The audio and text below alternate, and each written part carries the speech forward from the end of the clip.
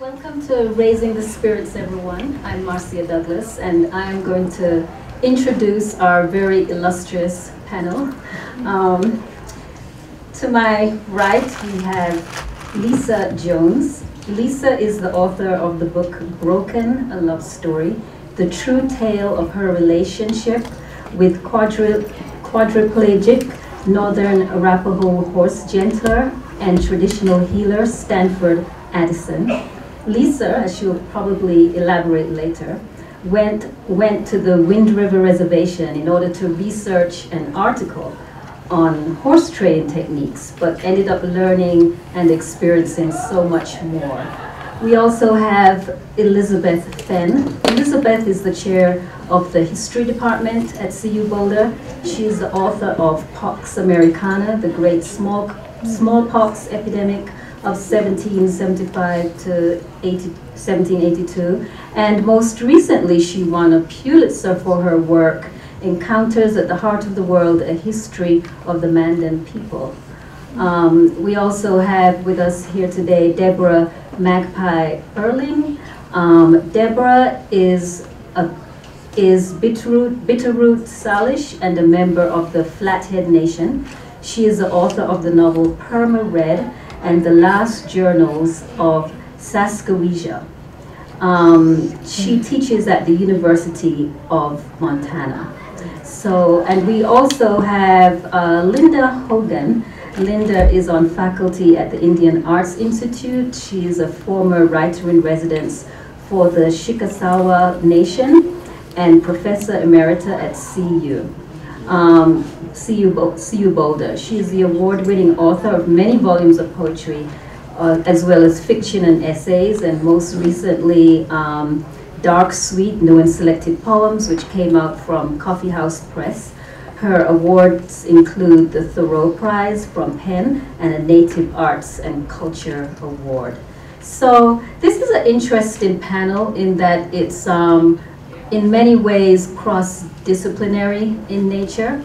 And we also have this very broad, I think Lisa was the one who called it a very juicy topic, raising the spirits. So I think, and our panelists here intersect in many ways with history, archaeology, the environment, anthropology, autobiography. So I think that may be a useful place to start is to have each of you very briefly address the way in which you see your own work raising the spirits. So what does it mean to raise the spirits in the context of your work? And any one of you can begin.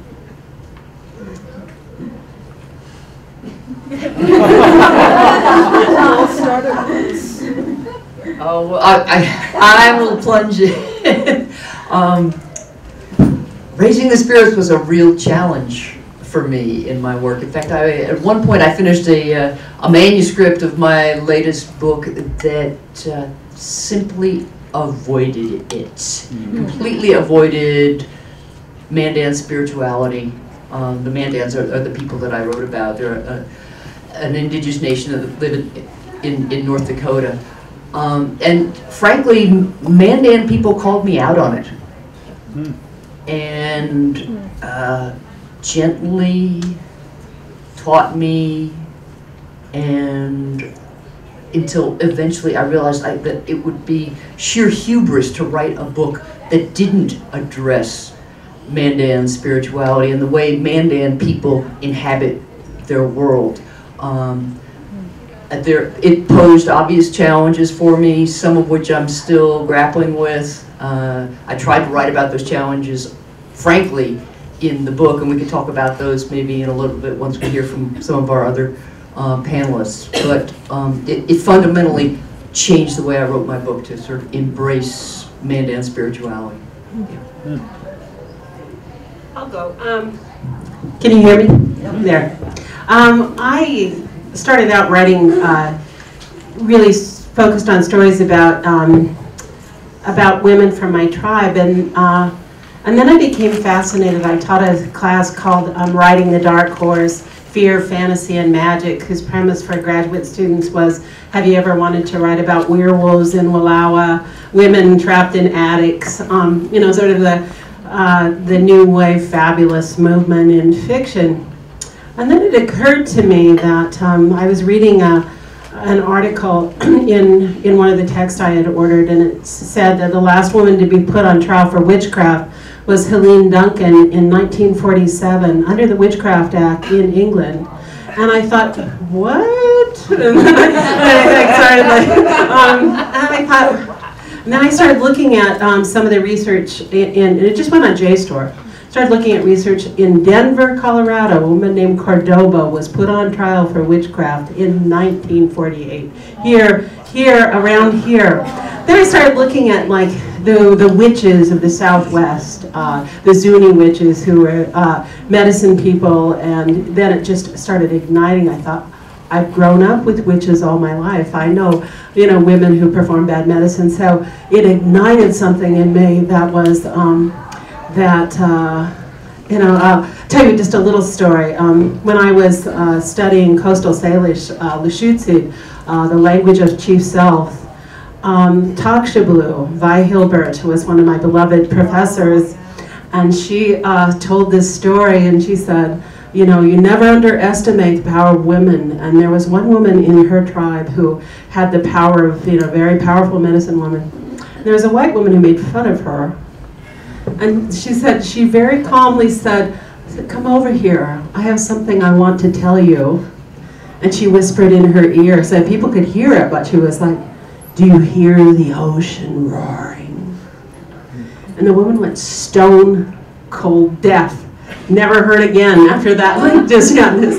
And I thought about the stories my mother has told me about the medicine woman. In my novel, I call her Dirty Swallow, but in real life, I can't even make up this name. It was Dirty Butterfly. And Dirty Butterfly had the rattlesnake power, and the rattlesnakes would follow her behind like a wedding train, and they'd do her bidding. And so I thought, what do people like to? What do people love? What do Americans love? They love trials. And I'll look at all that. And they love witches. And I thought, I'm putting the two things together, and I'm going to have some fun. So if I'm raising this spirit, it's like raising my own spirits. I have written a really dark novel and written about Sacagawea, and now I'm ready to have some real fun.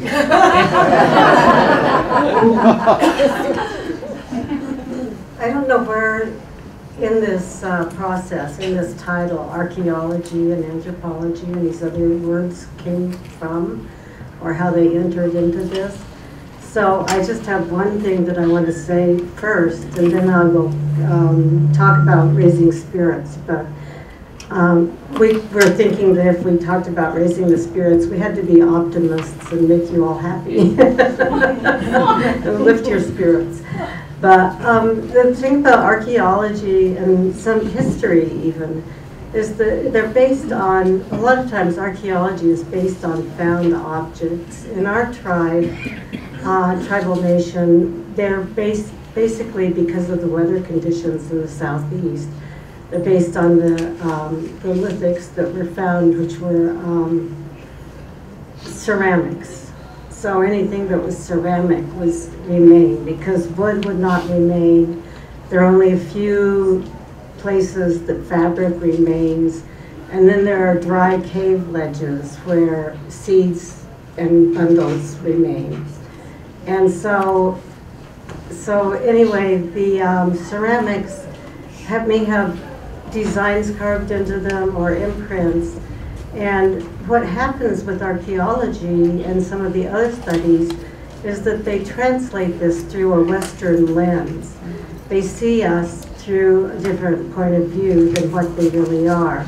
So if I'm thinking about Chickasaw astronomy, which is very different than your astronomy, which is usually Greek, I can look at one of the ceramics and say that this has to do with the, the cosmos, with astronomy and with mythic stories. And it doesn't really have to do with a young man walking, carrying a head, because he's a warrior.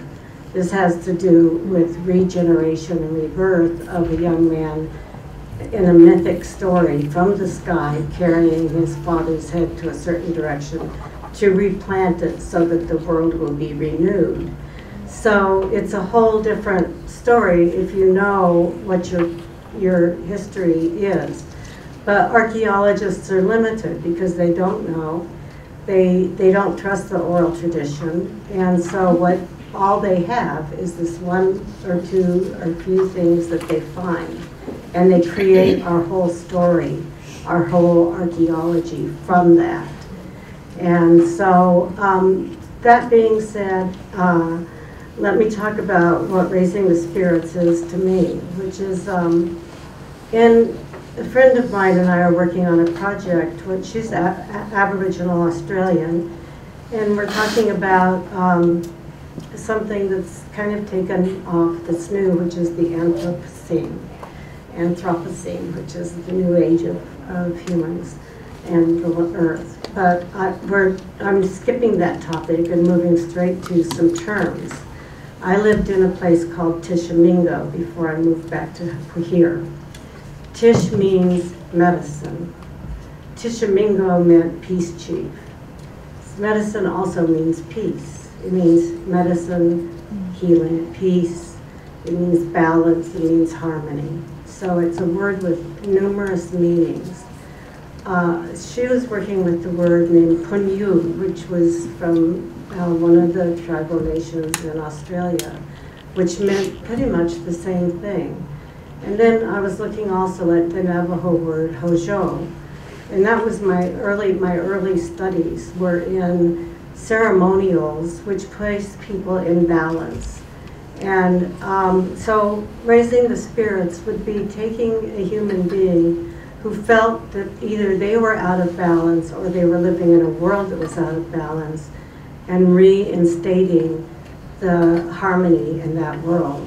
So the first world around you would be harmony and balance restored in the family world and the community, going out into the environment and continuing into the universe so that the person knows their place. They are back in return to their rightful and righteous place in the world that is healthy and balanced.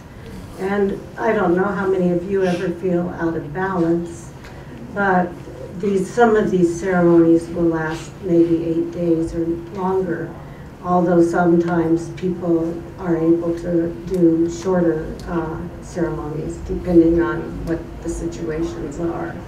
So in that way, that's how people, when we're looking at traditional ways of lifting spirits, raising the spirits, that's how it's accomplished, which is with ceremony, which is made up of words and songs, poetry really, and the visualization that comes with the words and the songs. So basically, poetry or a form of literature is used to raise the spirits. Well, oh, hi. Am I on? Okay. Well, before I can raise the spirits in my work, I had to go through a process of tripping over the spirits and falling on my face into the world of spirits. And what happened to me specifically was in 2002, I got a magazine assignment from Smithsonian Magazine to go up to the Wind River Indian Reservation and write an article about a quadriplegic horse trainer up there named Stanford Addison. And you know, I thought, okay, quadriplegic horse trainer, geez Louise, what is this? You know, I was very excited. And had utterly no spiritual ambitions in that regard. It was complete journalistic ambition, is how I rode up there in my little Toyota.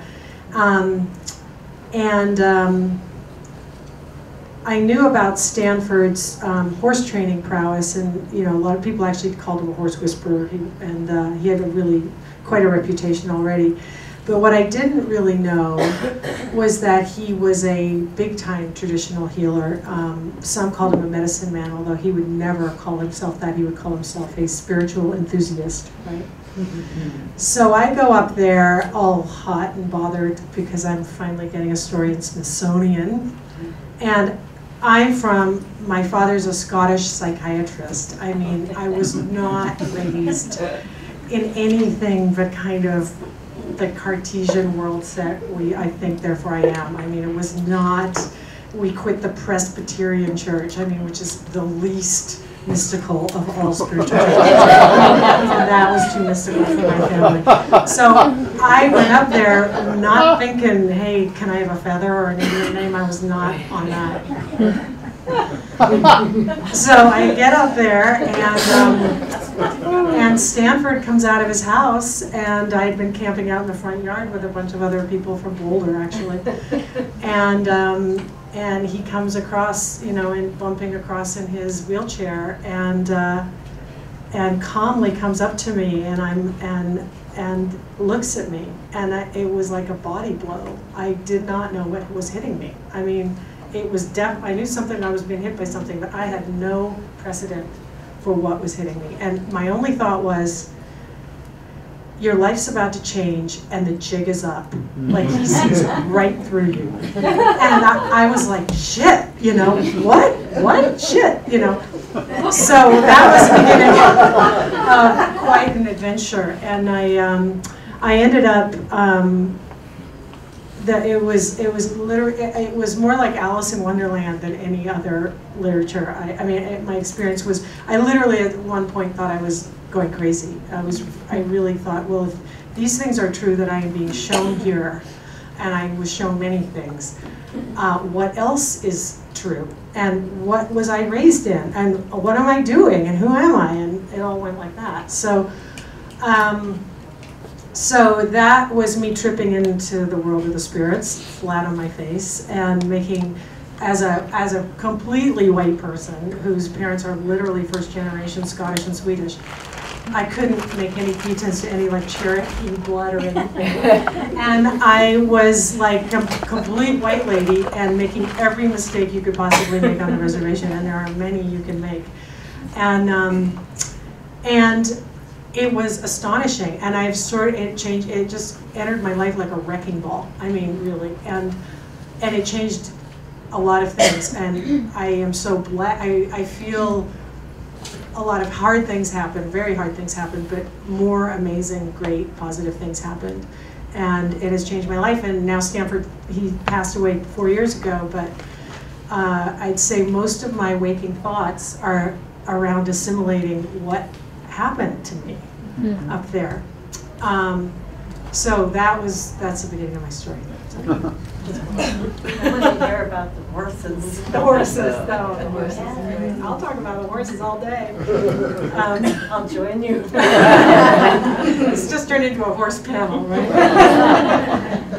Thank you. Well, listening to each of you, I'm noting some recurring themes through all of your work.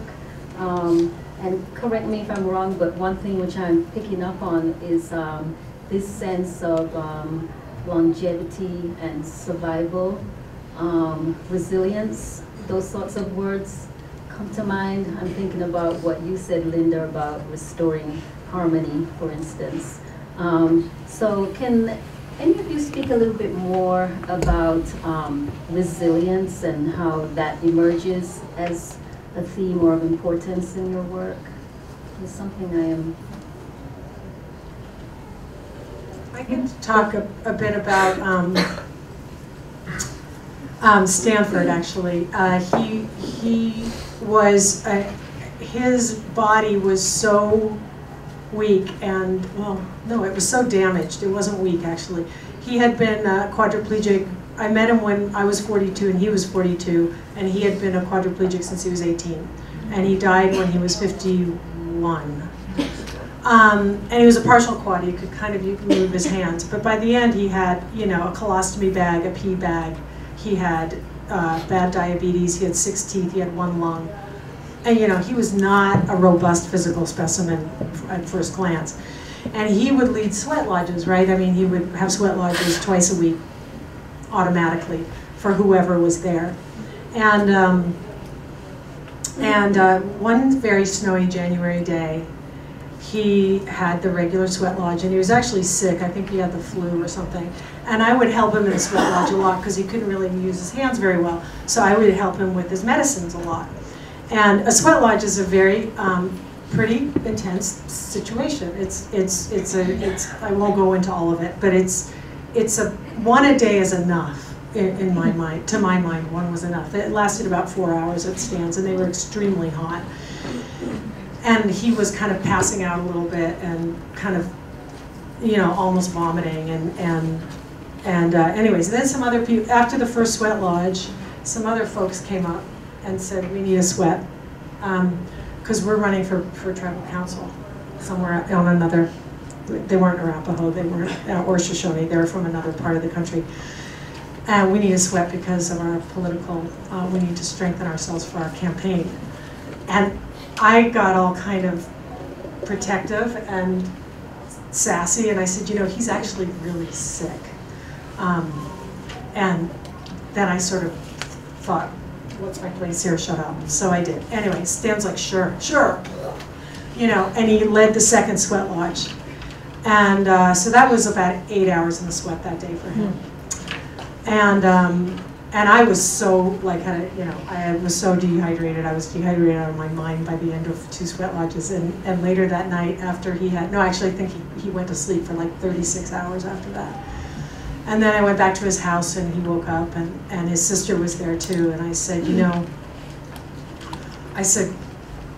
God, I wish you would take better care of your body. You know, you really scare me when you do that. I didn't know if you were going to make it. And he said, and his sister was really on him too. I mean, we were like sistering him. And he said, this isn't my body. Like, this isn't mine. I'm just, you know, I do what I'm asked. I'm here to do what is asked of me. That's why I'm here. I'm not here to maintain my body. And that kind of commitment, he was completely surrendered to his job. And if he died in there, that was okay for him. That was okay with him. But it was us, it wasn't okay for.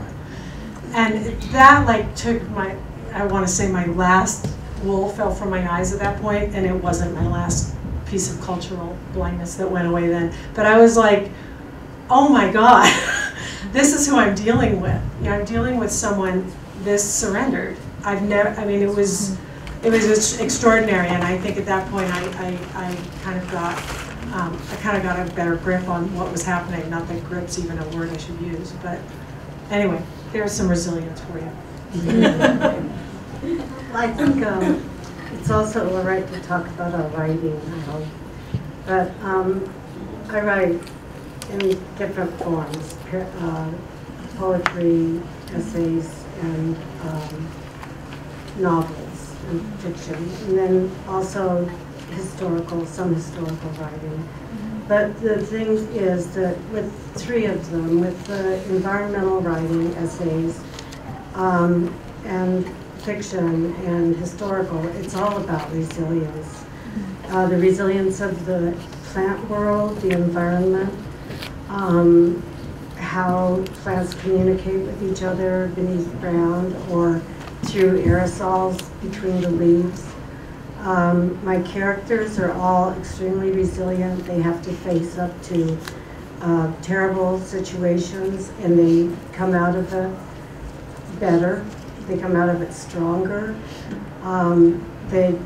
Solar storms, the main character goes home to find her birth mother and ends up in a political situation up at James Bay, Hydro-Quebec, trying to keep the dam from going in.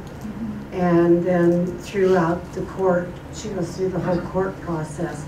But she starts out as a child, and within a short period of time, she becomes this amazing woman with strength and with power and with the ability to change, to make change, and to be bent like a tree in the wind and to go with it. But each of the characters in my books are all resilient. They all survive circumstances that are difficult. And so I think with our writing, that our writing shows the fact that not only are we resilient, but that we gather strength and a form of beauty that can't be expressed with, like, the word beauty as an appearance, but form of beauty as something that is more than just a concept of visual beauty, but an internal depth of beauty and resilience. Thanks for sharing that. I think my next question might relate more specifically to you, Linda, and Deborah, as your fiction and poetry. I'm listening to you speak about your character, Linda, and also thinking of the work that you do, Deborah. To what extent would you say that your work explores the recovery of the feminine? Is that somehow intertwined with what it means to raise spirits, you know? Yeah, that's a big, that's a It's a big huge, question. it's a Yeah, huge it's question. You know, I'm just going to be honest. I wish I had all this goodwill and good intention, and and that I thought about these things, but I can hardly keep my attention on the work that I'm working on. Well, I don't really think ahead, like how this is, and hopefully that isn't my place to do that. Like if somebody reads it and that's what they see in it. For me, I think it's for my own survival, and I think anyone who writes understands that concept that writing has gotten you, like, uplifted your spirits and gotten you through a bad time. And if that's not true for you, then reading has. It's taken you away to a different place. You've read stories that offer you solace and peace, and they remove you from a terrible situation. You don't have to be in that. And I think for me, you know, and I have to say, writing Perma Red, and I've heard this about Leslie Marmon Silko when she wrote Ceremony, that it was such a dark time for her, such a difficult, hard time, that she literally got sick writing that novel. And I thought, like, writing Perma Red is really about my Aunt Louise, and she did die. And at one point, Chairman Alexi said to me, he goes, "Deborah, they shouldn't have called your novel Perma Red. They should have called it Everybody Dies." So I kind of have a morbid sensibility, I think, and I think that's okay. And I guess if I were to engender anything or pass down something to the young people that I meet, the young Native writers, I would encourage them to write really from that place of wonder and spirit. Like, they're the ghost stories, the things that haunt us. They're the monster stories, the things that have crushed us and manipulated us. But there is also in this world incredible stories of wonder. And so that's what I want my students to understand. And I tell them, you know, the world is a hard place.